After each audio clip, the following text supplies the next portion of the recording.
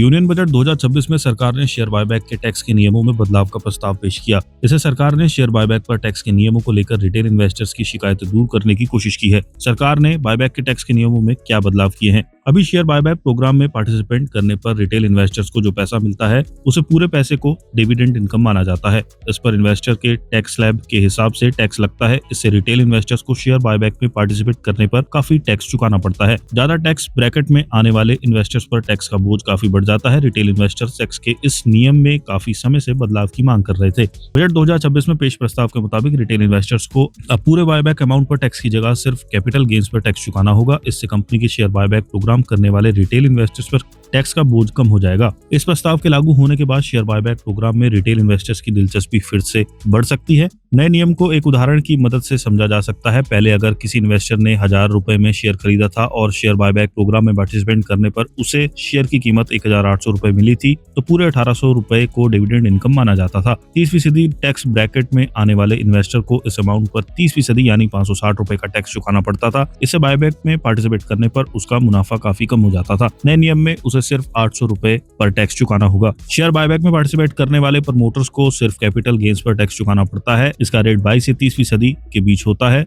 इसका मतलब है कि शेयर बायबैक में पार्टिसिपेट करने पर प्रमोटर्स को रिटेल इन्वेस्टर्स के मुकाबले ज्यादा मुनाफा होता है। बजट में पेश प्रस्ताव के लागू होने पर टैक्स के नियमों में ये फर्क खत्म हो जाएगा। साथ ही रिटेल इन्वेस्टर्स की पुरानी शिकायतें भी दूर हो जाएंगी। कंपनी अपना सरप्लस कैश शेयर होल्डर्स को रिटर्न करने के लिए शेयर बायबैक प्रोग्राम का ऐलान करती है। यूनियन बजट 2024 में शेयर बायबैक के टैक्स के नियमों में बदलाव के बाद रिटेल इन्वेस्टर्स बायबैक प्रोग्राम में दिलचस्पी नहीं दिखाते थे। अब फिर से इसमें उनकी दिलचस्पी बढ़ने के आसार हैं।